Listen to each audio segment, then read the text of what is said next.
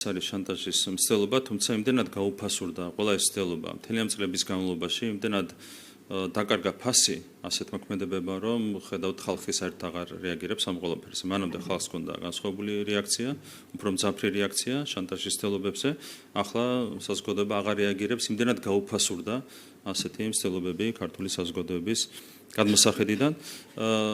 რაც შეეხება ვიზა ლიბერალიზაციის საკითხს, როდესაც ქართულ ხალხს ემუქრებიან ვიზა ლიბერალიზაციის გაუქმებით, ირიბად, ადგილობრივი აგენტურის მეშვეობით, ეს მეტყველებს იმ მძიმე მდგომარეობაზე, რაც არის თლიანობაში შექმნილი ერთი მხრივ ევროპულ ბიუროკრატიაში და მეორე მხრივ ადგილობრივ აგენტურაში. მძიმე ვითარება, ისინი, რა თქმა უნდა, ხალხს ესეწოლით, ვერავითარ და მუქარით, ვერავითარ შედეგს ვერ მიაღწევენ, იმიტომ რომ ქართული საზოგადოება საკმარისად გათვითცნობიერდა იმ პროცესებში, რაც დღეს წარმოებს ჩვენს გარშემო. აქედან გამომდინარე, შანტაჟი ვერავითარ შემთხვევაში ვერ გაჭირს.